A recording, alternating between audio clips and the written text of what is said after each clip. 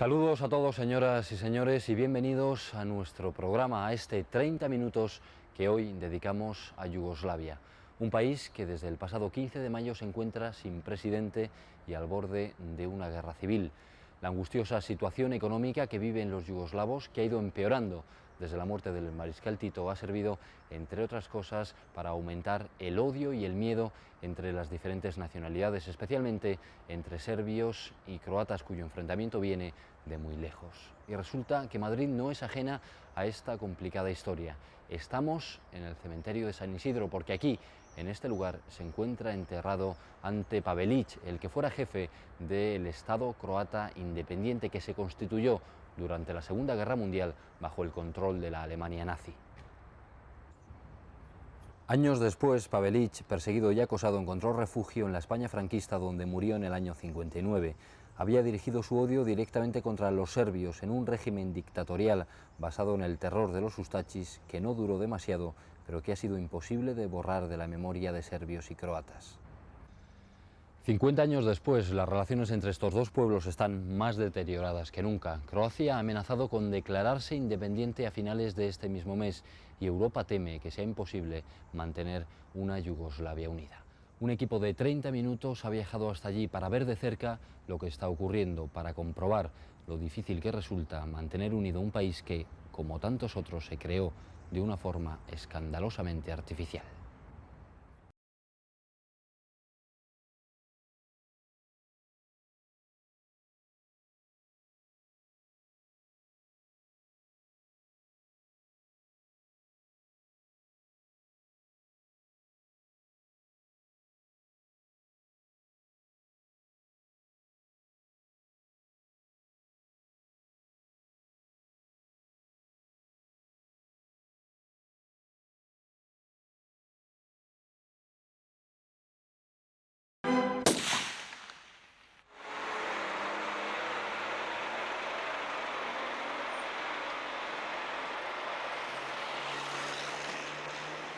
Es desde aquí, desde donde Gabrielu Princip disparó contra el archiduque Francisco Fernando y contra su esposa.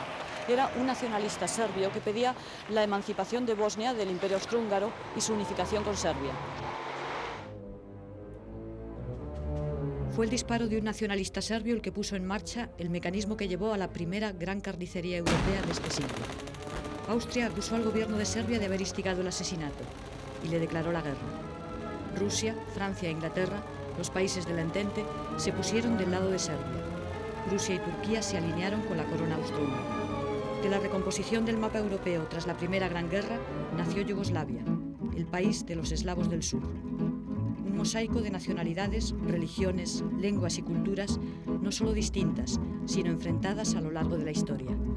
Aquí estuvo la línea divisoria entre Bizancio y Roma, entre el mundo ortodoxo y el católico, entre el Imperio Otomano y el austrohúngaro. Todos han dejado su huella en el paisaje y en las almas de quienes lo habitan.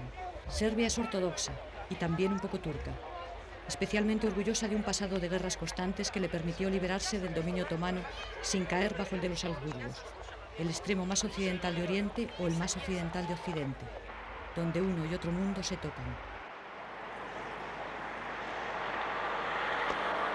Croacia, católica y austrohúngara, con los ojos puestos en Viena, mientras en su frontera sur marcaba el límite de Europa y el poder turco. Bosnia, católica, ortodoxa, musulmana. En realidad no hay fronteras que delimiten claramente estos mundos.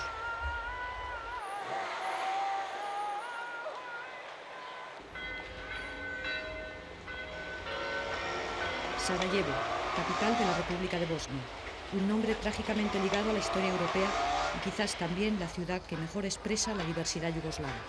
En ella conviven croatas, serbios y una importante concentración de población musulmana.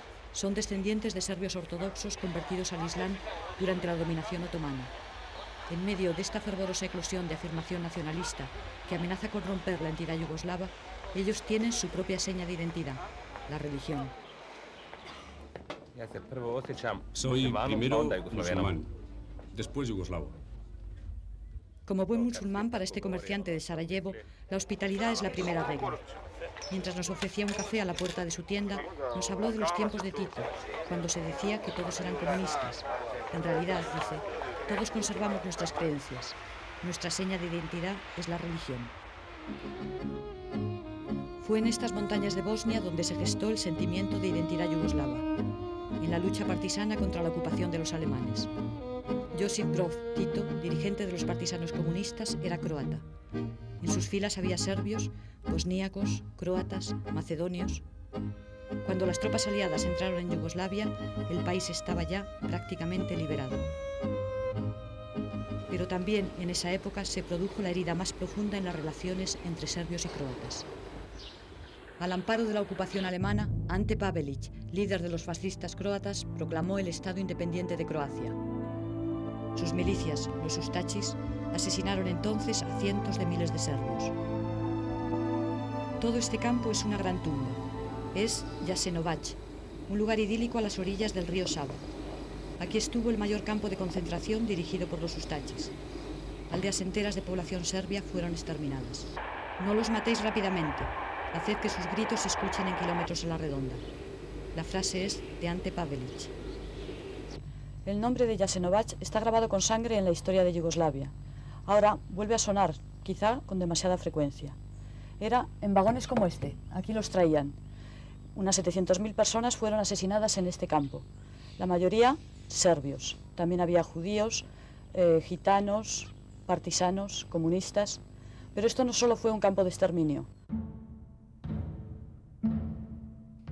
Las matanzas que hicieron los Ustachis croatas fueron las más brutales de la Segunda Guerra Mundial. Aquí no bastaba con matar. Aquí la tortura fue la norma. Y se mató a martillazos, a cuchilladas, se mutiló, se quemó. Aquí fue la violencia más salvaje.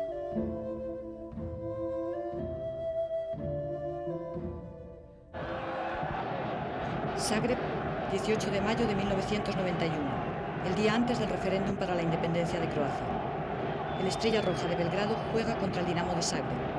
En las gradas, el presidente de la República de Croacia, Franjo Tuđman, junto a Stipe Mesić, y un imponente despliegue de seguridad para evitar enfrentamientos. Pero no es necesario. La tribuna reservada a los seguidores del equipo de Belgrado está vacía. Ningún serbio se ha atrevido a acudir al estadio. Entre los seguidores del Dinamo de Zagreb, algunos enarbolan la U de los Ustachis. Se queman los emblemas serbios. Los símbolos de otro tiempo están de nuevo en la calle. Ha vuelto a ondear la tradicional bandera croata, con el escudo representando un damero de ajedrez recuperada tras la desaparición del régimen comunista. Es la misma bandera que representó al Estado de Croacia durante el gobierno de Ante Pavelić en la Segunda Guerra Mundial. Dicen en Belgrado que fue a partir del momento en que apareció esa bandera cuando los serbios de la región de Krajina, en territorio de Croacia, comenzaron a armarse. I volvió a correr la sangre.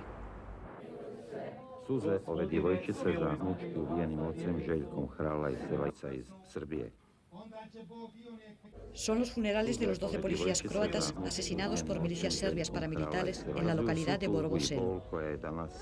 Todos dicen tener miedo del otro, los croatas de los serbios de los croatas. Todos dicen que están dispuestos a matar porque se sienten amenazados. La intervención del Ejército Federal como fuerza de interposición ha conseguido hasta el momento contener la espiral de la violencia. Los militares no han querido ir más allá. Una acción más directa podría hacer saltar la chispa de una guerra civil serbo-croata, que pese a las declaraciones exaltadas, todos temen.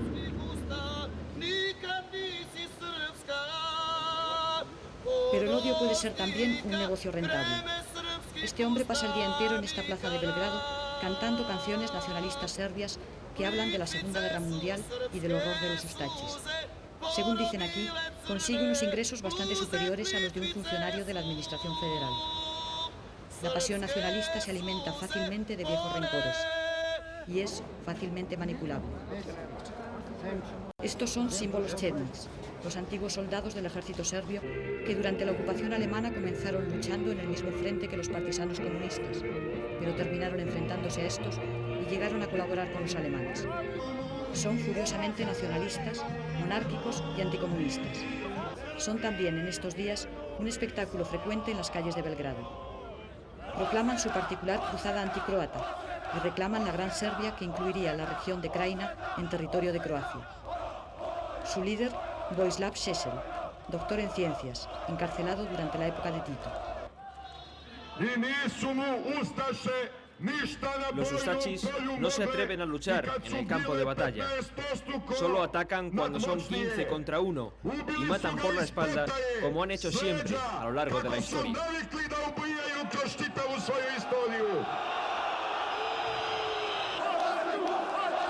Venganza, venganza. Ese es el grito que corean sus seguidores entre banderas que proclaman el triunfo de la muerte y el momento del odio. No son mayoritarios, pero sí muy ruidosos.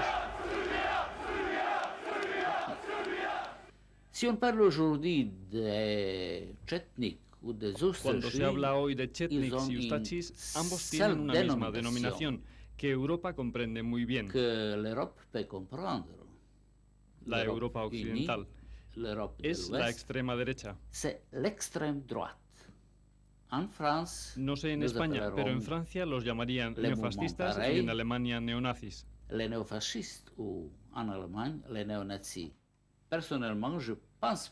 Personalmente no creo que lleguemos a la guerra civil. Lo cual no excluye que se produzcan incidentes graves, sobre todo en Bosnia, en Croacia y quizás también en Serbia.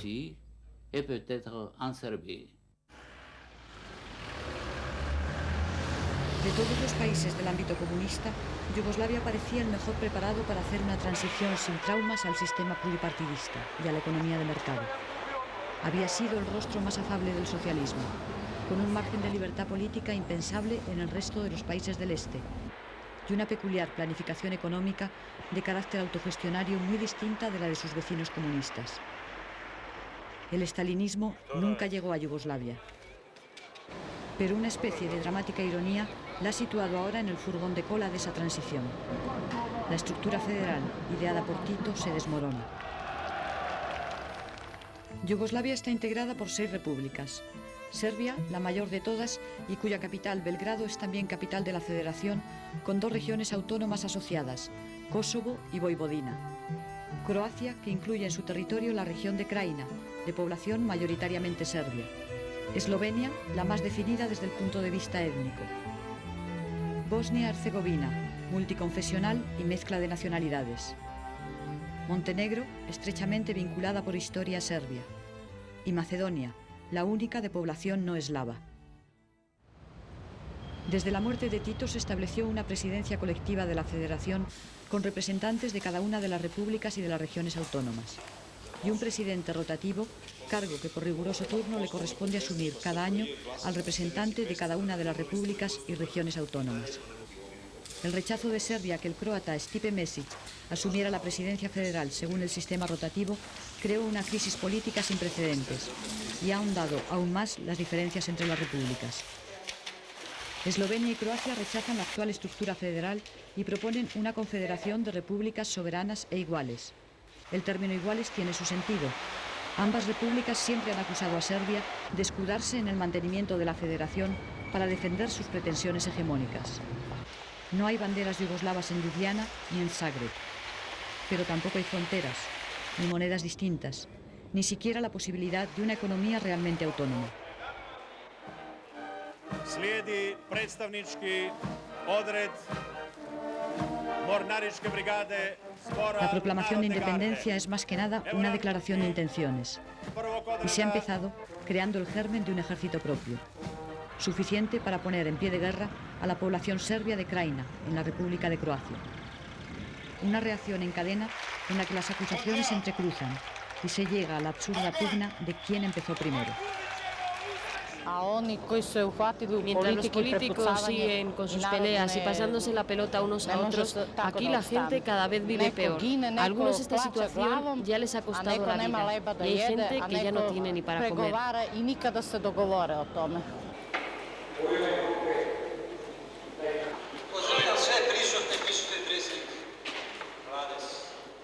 Ante Marković, primer ministro del gobierno federal, ha descrito la situación de Yugoslavia como anarquía jurídica y caos económico. La inflación alcanza un índice del 127%. El gobierno federal se encuentra bloqueado por el enfrentamiento entre las repúblicas. Croacia y Eslovenia han suprimido los impuestos a la importación de vehículos. Serbia, por su parte, estableció un boicot comercial a los productos eslovenos y croatas lo que supone para estas repúblicas independentistas la pérdida de su principal mercado. El paro alcanza ya el 15% de la población activa y son ya muchas las empresas que carecen de liquidez para pagar los salarios. Y como siempre ocurre en estos casos, lo que proliferan son los juegos de azar. El programa de Marković ha sido el único intento serio de frenar el deterioro económico de Yugoslavia. Es una propuesta de carácter claramente liberal. Reducir la inflación a un 40%, contención salarial y freno del gasto público. Estas son sus medidas. Pero para poder ponerlo en práctica es preciso un mercado unificado, es decir, un poder federal con capacidad de aplicar sus decisiones. Justo lo que en estos momentos no existe en Yugoslavia. La situación económica en el país no se puede dividir, ni siquiera artificialmente, de la existente crisis política y constitucional en trámite en el momento actual. Yo puedo decir en realidad con cierta seguridad que la crisis política yugoslava realmente ha causado muchísimos daños a la situación económica y sobre todo en el proceso de cumplimiento de la reforma económica.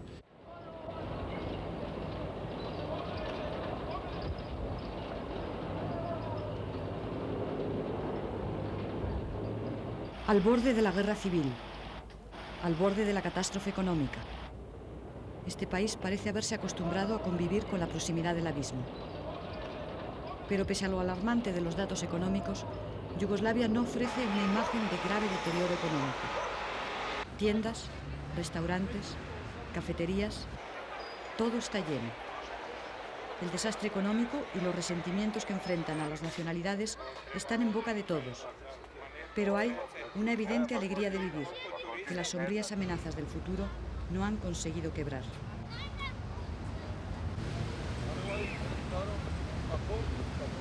Puede ser una manera particular de conjurar el miedo, o quizás más simplemente el hábito de sobrevivir en medio del ciclón. Un hábito sin duda adquirido a lo largo de su turbulenta historia.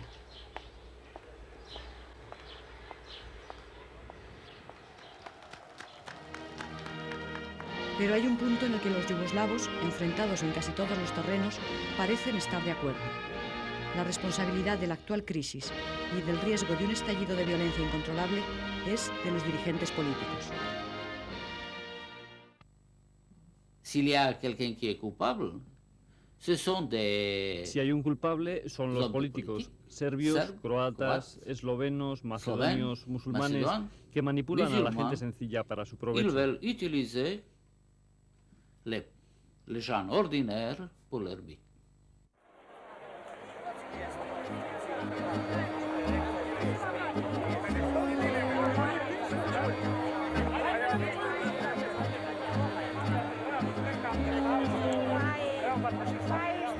Son antiguos partisanos, veteranos de la guerra.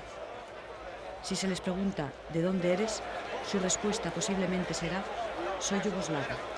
Algo nada frecuente en una tierra donde habitualmente la gente se identifica como católico croata, serbio ortodoxo, bosníaco musulmán.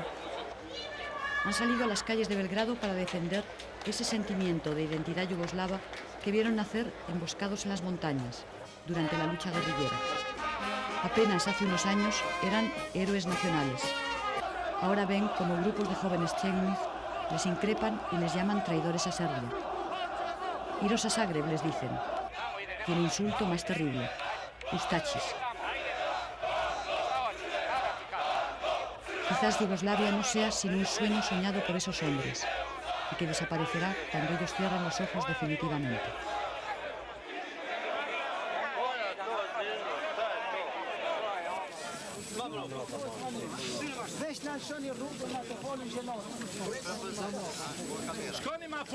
Serbios y croatas y serbios. Desde hace meses el drama yugoslavo parece reducirse a esos dos nombres. Pero en realidad el primer estallido interétnico, que anunciaba ya el avecinarse de esta tormenta, se produjo en la región autónoma de Kosovo, en el extremo más meridional de Serbia. Y como parece inevitable en Yugoslavia, también entonces la historia sirvió de excusa. Kosovo fue en el pasado el corazón de Serbia. Ahora, el 90% de su población son albaneses musulmanes y los serbios, una minoría que teme ser absorbida por el crecimiento demográfico de sus vecinos. Cuando los albaneses se lanzaron a la calle reclamando soberanía para el territorio, los serbios les acusaron de intentar arrancar Kosovo a Serbia para unirse a la vecina Albania.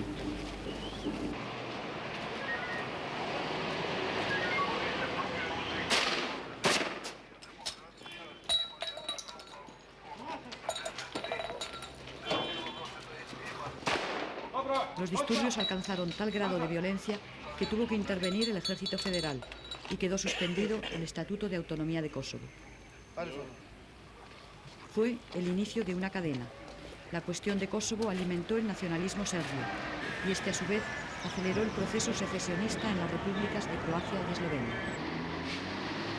Hace tiempo que el nombre de Kosovo no ocupa los titulares de prensa, pero en Belgrado saben que más tarde o más temprano la cuestión albanesa volverá a resurgir. En realidad, parece que el único medio de evitar que los pueblos de Yugoslavia se deslicen por la pendiente del odio es preservar alguna forma de unidad yugoslava. Evitar ese proceso que tan malos recuerdos trae en Europa y que tomó el nombre de esa zona, la balcanización. La Comunidad Europea apuesta, al menos hasta ahora, por la pervivencia de una Yugoslavia unida. Tanto los dirigentes croatas como los eslovenos lo saben, y quizás por eso no han cortado aún todos los puentes. Mantienen la idea de sustituir la estructura federal por una forma confederada. Nosotros no tenemos absolutamente ni una razón de creer siquiera que sería posible negociar acuerdos ni de cooperación, ni tampoco de asociación entre la CEE y ciertas partes constituentes de la federación o confederación, si quiere, un día yugoslava. En otras palabras, este acuerdo puede ser negociado solamente entre la comunidad como tal y la Yugoslavia como tal, como sujeto del derecho internacional.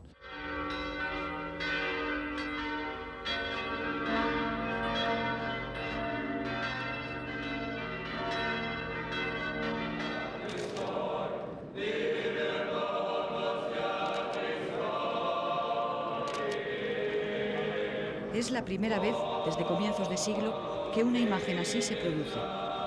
Los patriarcas de ambas iglesias, la ortodoxa serbia y la católica croata, en una ceremonia conjunta para pedir por la paz entre los pueblos de Yugoslavia.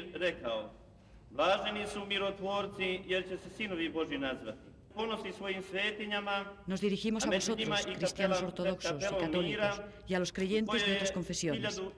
Así comienza el documento firmado por el patriarca ortodoxo Pavle y el cardenal católico Kuharic. Aquí, donde la religión no marca solo la propia identidad, sino sobre todo la diferencia, que hasta el enfrentamiento con el otro, un acto así tiene un importante valor simbólico. En esta tierra, la cruz ha ido demasiadas veces acompañada de la espada. En Yugoslavia, los símbolos parecen los protagonistas del drama.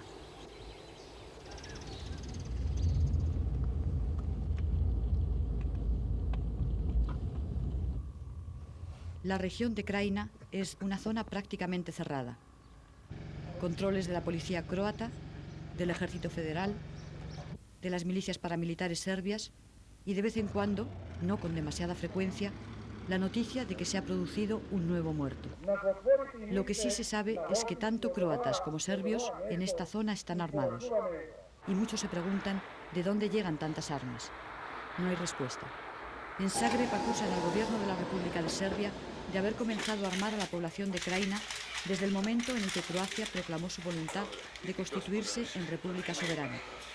Y en Belgrado se dice que los croatas del exilio, es decir, los que huyeron al terminar la guerra europea, han enviado dinero y armas a sus compatriotas del interior. El gobierno federal ha exigido que se desarmen todas las milicias, pero el único medio con el que cuenta para obligar a que se cumpla esta medida es el propio ejército. Y nadie se atreve en estos momentos a usar la fuerza. Hay sobre todo miedo a que el menor incidente provoque el estallido. Serbios y croatas deberían poder vivir juntos. Este hombre es croata y vive en Belgrado. Ha hecho esta afirmación a unos pasos de un puesto donde se venden insignias Chemniks, es decir, junto a un público no demasiado dispuesto a escuchar declaraciones conciliadoras. Aunque apagadas, no todas las voces son de violencia. En Yugoslavia, los lazos entre el campo y la ciudad siguen siendo muy fuertes. Esa es una de las razones que permite que los efectos de la crisis económica no sean más devastadores.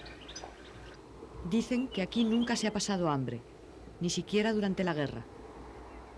Lo que sí han conocido, unos por haberlo vivido, otros, los más jóvenes, por haberlo oído 1000 veces, es el sabor de la sangre. Si hay un tema recurrente en las conversaciones de los yugoslavos, son los relatos de la guerra, de la Segunda Guerra Mundial, de la Primera y hasta de las terribles guerras balcánicas del siglo pasado.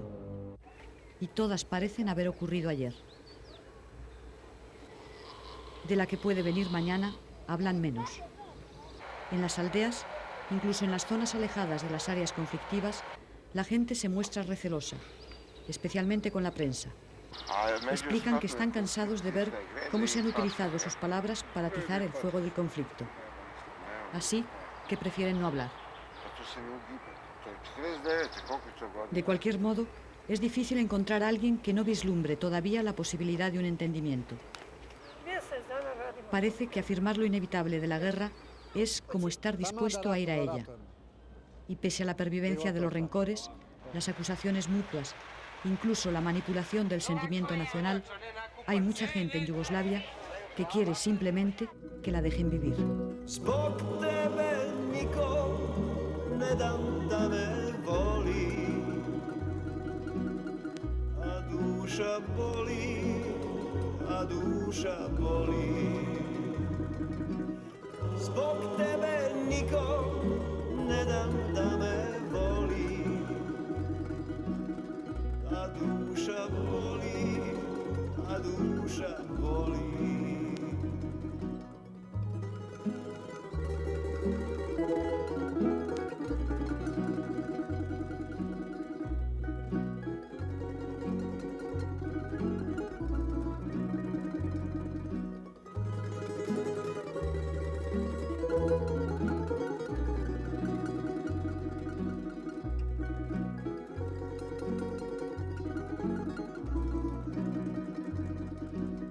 Zbog tebe ljubim i kad ljubit nemam koga. Zbog tebe malo od života imam svoga. Zbog